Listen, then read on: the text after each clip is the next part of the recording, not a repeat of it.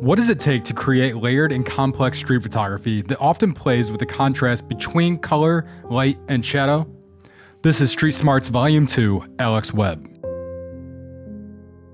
Alex Webb has led a life full of great achievements, beyond graduating from Harvard with a major in history and literature and becoming a full-time photographer at the age of 22.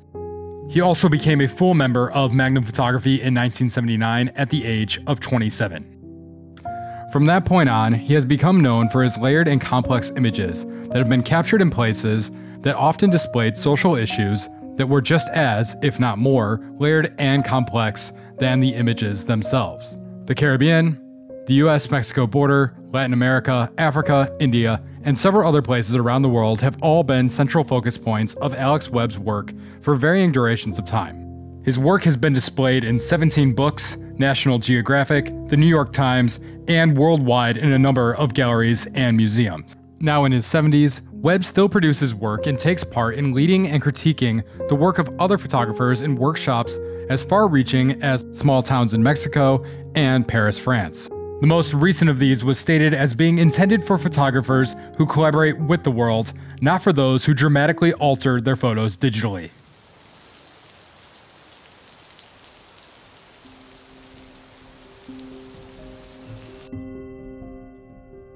I only know how to approach a place by walking. For what does a street photographer do but walk and watch and wait and talk, and then watch and wait some more, trying to remain confident that the unexpected, the unknown, or the secret heart of the known awaits just around the corner. Chance plays a huge part in creating completely unmanipulated scenes, but clearly acquiring them is the result of chasing this work every day, with the constant obsession that is required to stand out in this genre. As Alex Webb is clearly aware of as he describes the process as mysterious and exploratory, as well as a byproduct of being able to accept a large amount of failure. Street photography is 99.9% about failure. So often I feel defeated by the street.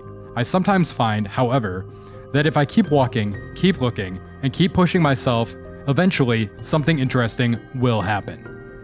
Alex Webb compares his experience as a street photographer to a blind man who gets on a bus without knowing where it's going. He says his creative journey has been intuitive rather than rational, spontaneous rather than preconceived. Like every good street photographer, Alex Webb is an aimless arrow on a mission to reach a target that he knows will eventually arise.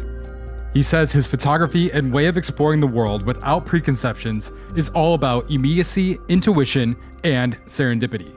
Sometimes the target is found, but it's a matter of waiting for a bullseye, as Alex Webb often relies on camping and fishing techniques to get a good photo when all other characteristics of a great background and environment to build out a scene already exist. Once the serendipitous target appears, it's all about relying on the immediacy and intuition built up from years of experience to collect the frame, realize the 0.01% of success has been achieved, and move on.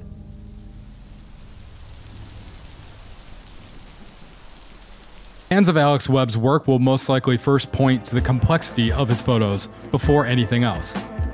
However, he claims his work hasn't changed in regard to how his compositions are constructed since he first started working seriously in color in 1979, and that the complexities of his images are the byproduct of his own life experiences and the places that he's photographed.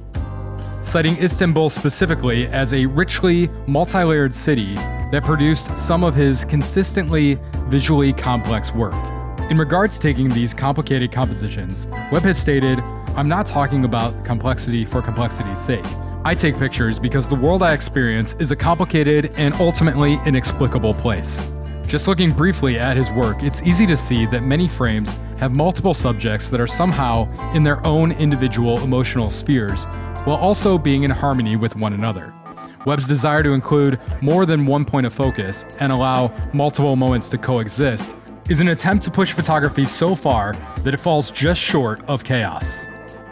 The near chaos of his photography mirrors the potential for chaos in the places he photographs, where political and social tension can be felt in the air. But Alex has made it known that it isn't the political or economic tensions of these places that draw him to photograph them. He is instead moved and excited by the totality of the cultures of these places. For example, Webb felt compelled to photograph Mexico, Cuba, and Haiti because of how different they were culturally from the United States. To Webb, you could see life playing out on the streets, notice communal differences within communities of these cultures, and gather an overall different sense of vibrancy, which was in stark contrast to what he was familiar with in the northeastern part of the United States where he grew up.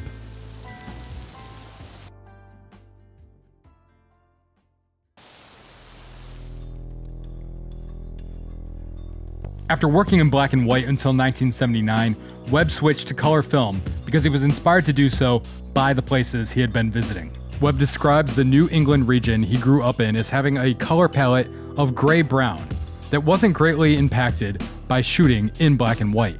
However, he felt the vibrant colors he found in the Caribbean and Mexico needed to be conveyed through color film. In these cases, black and white film wouldn't do these excessively colorful places any justice.